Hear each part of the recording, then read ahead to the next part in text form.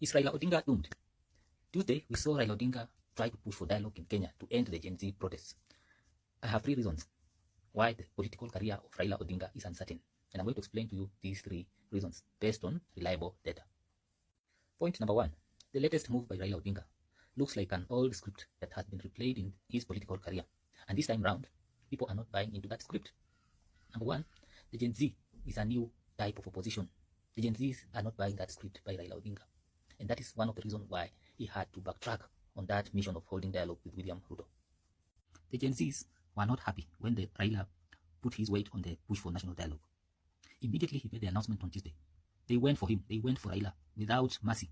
This time round, they used their cyberbullying techniques. They used their cyberbullying techniques to show Raila that they are not buying into that theme of dialogue. So after Tuesday's pronouncements, this is what the Gen Z did to Raila. They went for his private phone number.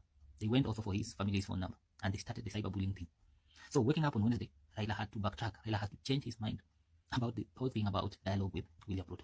So one of the most interesting things that the Gen Zs did was to write an anonymous letter to the chairperson of African Union. What they did is that they tried to reject the candidature of Raila Odinga for the chairperson of African Union Commission.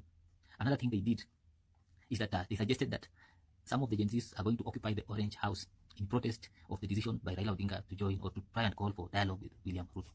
So take note that there is a very sharp contrast between the recent move by Raila Odinga and the past moves that have been successful. In the past, Raila used to make such moves for dialogue. He made moves with the Kibaki, he made a move with the Uhuru, and they all ended up successful. And all his supporters backed him up. They showed their allegiance to his decision. This time round, even the supporters of Raila Odinga are against the whole thing about dialogue. People are saying, tumechoka na mambo ya dialogue. It is now time for action. Some political observers have noted that this is actually like a political suicide. Raila has actually committed a political suicide by trying to push for dialogue with William Ruto. For example, we have this political commentator, Barak Muluka, has said that Raila has actually committed political suicide. Barak Muluka said, and I will quote his words, "Maybe this is where he is finally going to fall flat on his belly, never to wake up again politically," said Dr. Muluka. So according to Muluka, the proposed dialogue between the opposition, the former Prime Minister, and President Ruto is just a diversion from the agenda that is being pushed by the Gen Zs. Another political commentator, Mark Bichachi, has noted that the political landscape has really changed since the Gen Zs came into the game. I will quote his words. So Bichachi said, "Gen Z is a classless and tribeless movement that has been unified only by their pursuit for purpose. They have insulated themselves from the political class, and they clearly want a fresh start. Indeed, misery loves company. And it's true now that the political class now fears the younger generations of Kenyans who are very keen on transforming this country and changing the political dynamics. And this has hit so hard on Raila Odinga and William Ruto." Constitutional lawyer Mr. Nyamori has said that Nyamori says that Raila tends to thrive in a country that is in crisis. He thinks that Raila's supporters, die-hard supporters, will have no choice but to abide by his decision.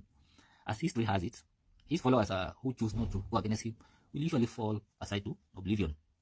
In Raila's own camp, a troop of young MPs who have started clamoring for change to edge out other politicians as they sought to emerge as the new faces of the opposition. For example, we have Babu Wino and Nairobi Senator Edwin Sifuna. A section of leaders who are allied to Raila Odinga are also reluctant to join the bandwagon of pushing for national dialogue. For example, we have Kalonzo Musyoka. Kalonzo Musyoka is very much reluctant. In fact, he's opposed to the idea of holding talks with William Ruto. Critics of Azimio have argued that the opposition has failed Kenyans because they have not provided alternative solutions to the current problems that we are experiencing in our country. So one of the UDA governors, Mutahi Kahiga, has also thrown his weight in opposition to the idea of national dialogue. I will leave you with this clip that was obtained from his TikTok account, expressing an opposition to the idea of national dialogue with Raila. I will also maybe wish with a lot of humility and respect address my president, Dr. William Samoei Ruto, and tell him, Mr. President, the Gen Zs have made demands. You engaged with them. They told you what they wanted. None of their demands was for you to put up 150 team to negotiate I don't know what. They have clearly told you, we do not want you to do this, they want you to do this. It is that simple. If they say that you reorganize your cabinet, kindly do. If they say you sack it, do it. There are 50 million Kenyans who can fit in those offices. But if you continue that kind of talk, that kind of push, that kind of moving away from reality, it will hit us hard, and as a country, we will lose it all. You have a golden opportunity. This is a defining moment, Mr. President. Kindly think about this nation and do the very best you can. Thank you very much.